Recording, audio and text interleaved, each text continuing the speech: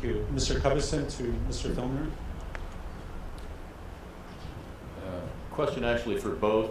For Mr. Filner, as a veteran of 10 terms of congressional arithmetic, Mr. DeMaio is a businessman with experience budget hawking, accounting gimmicks. How much faith do you have in the economic projections regarding how much money and jobs that the Convention Center expansion project will generate? Numbers that the city's auditor and independent budget analysts say are overstated. Well, the independent budget analyst says they're overstated. I have to look at that very carefully. And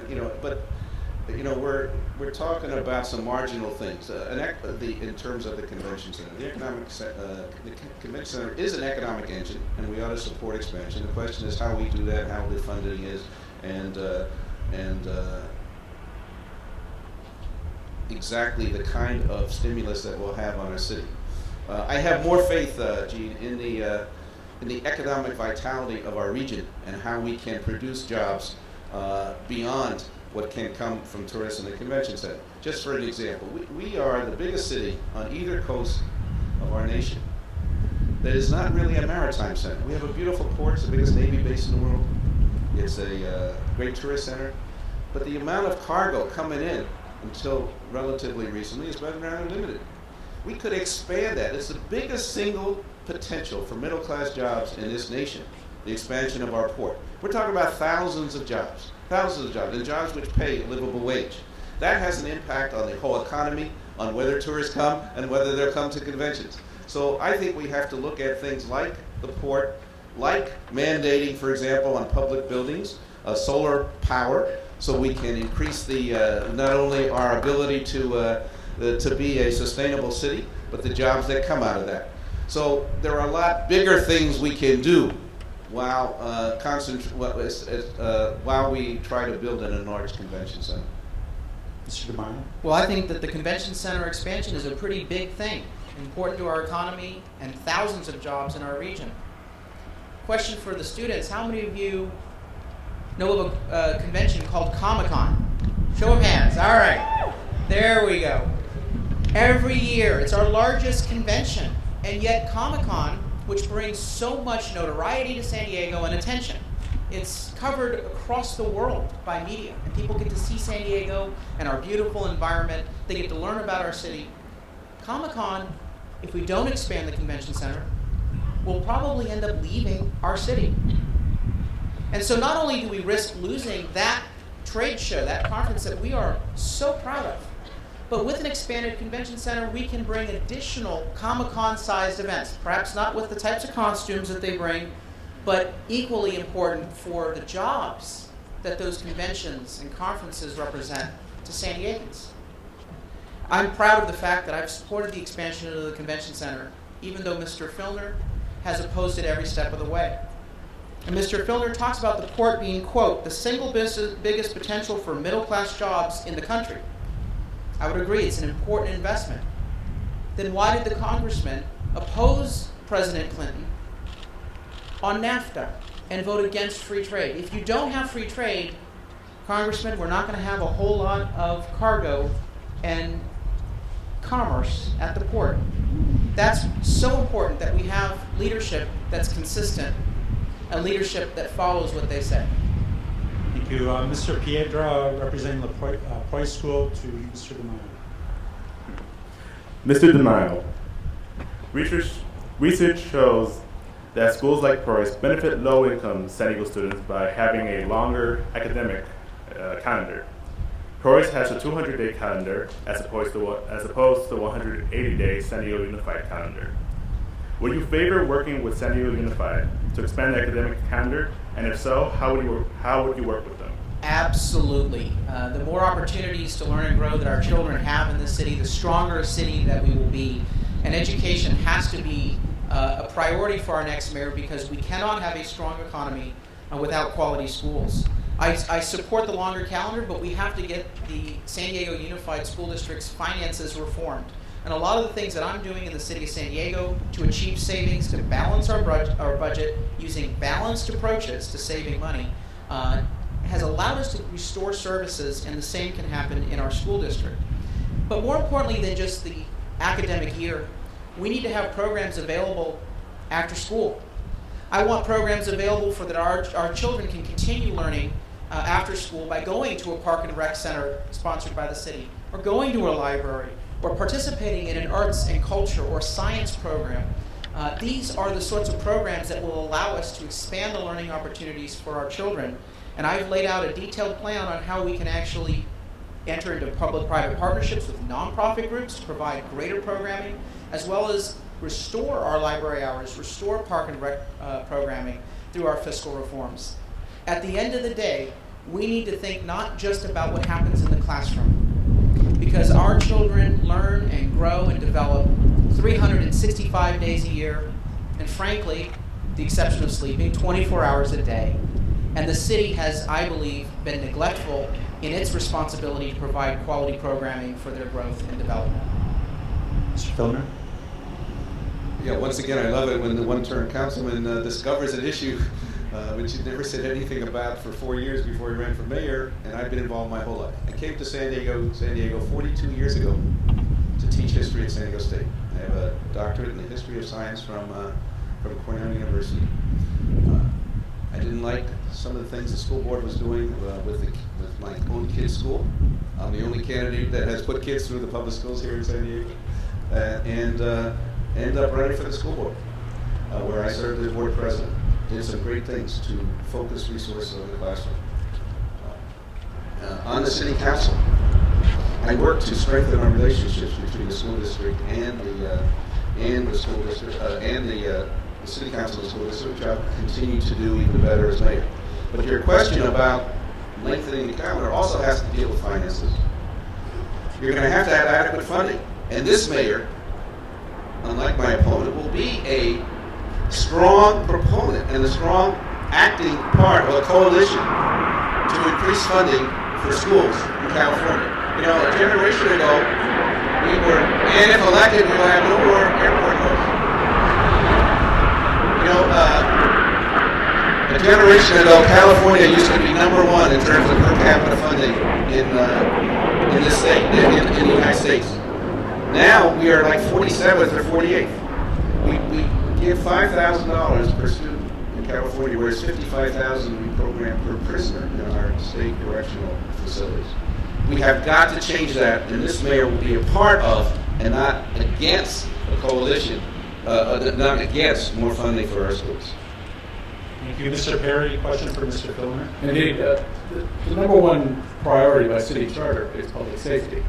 And that means, as mayor, one of you gentlemen is going to be overseeing the San Diego Police Department, one of the smallest police departments of any big city in America. What credentials do you have to oversee law enforcement, and would you foresee a direct relationship with the chief, or will you hire someone with police experience? And when we bounce back over to Carl, at the PBS forum in the primary, you were asked about the chief, and you declined to say whether you would retain or dismiss him. Is that still your position when it bounces over, if you would? This police department, what credentials? How are you going to deal with this rather small police department we have? Well, I have the credentials to make it bigger, by the way, which we should do. I was the only candidate promised in the primary to keep the existing police chief. I think he has done a good job for the city of San Diego. I have, as a member of the city council, as a member of the Board of Education, member of Congress, been involved, of course, in the funding of all these departments and policies. For example, for community policing, when I was on the city council, I was the one who brought walking patrols of our city into the neighborhoods of San Diego. So I have a long experience of dealing with the issues of police and how especially they relate to the community. That's where a mayor has to be involved in. And in San Diego, by the way, how they relate to the border. Because we have so many citizens of Hispanic origin, Mexican origin in our city. And the way the police department responds to those people is extremely important. So you not only, you give to the police chief, obviously, Tony, the day-to-day responsibilities, but the policies, whether they regard community policing, whether they regard what papers or no papers are you going to ask them for? We should leave immigration to the immigration authorities. Our local police should not be asking for the immigration status of the people that they come into contact with. We should not have racial profiling in our city, and we should expand the numbers. The financing of our police and fire and lifeguard service has come to as long as Carl's been on the city council, has just deteriorated. And in fact, he's voted against every increase in the police and fire that we've had to come up in the budget. So we have to enlarge it, but then enact the policies that make sure we have a close relationship between the police department and our community. Thank you. Mr. DeMaio? Thank you. Obviously, public safety is our top priority, and the city has not done an adequate job of recruiting and retaining police officers. We've seen a steady decline in the number of sworn police officers available to respond to 911 calls. If you take a look at a very important metric, the percentage of time that a police officer spends on response versus what we call proactive policing. The proactive policing has plummeted. It's now down into the teens. And national experts say that if we're going to have effective gang strategies, if we're going to have effective crime solving and crime prevention strategies, we need to get that up to at least a third, if not approaching 40 to 50% of their time, proactively going out and helping communities solve problems, preventing crimes. That's why I support our 5-year staffing plan. It's a comprehensive plan that allows us to have additional police academies to expand the number of sworn officers, and then more thoughtfully use civilian positions to backfill so we have availability of sworn officers. As it relates to the police chief, I do not believe that it's appropriate in the middle of a political campaign to be offering people jobs, taxpayer-funded jobs.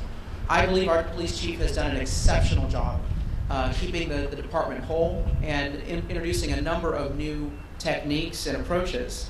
As I look at the selection of our police chief, we are going to look for someone who supports our reform agenda so that we have thoughtful and balanced approaches to saving money and reinvesting that money into hiring more police officers.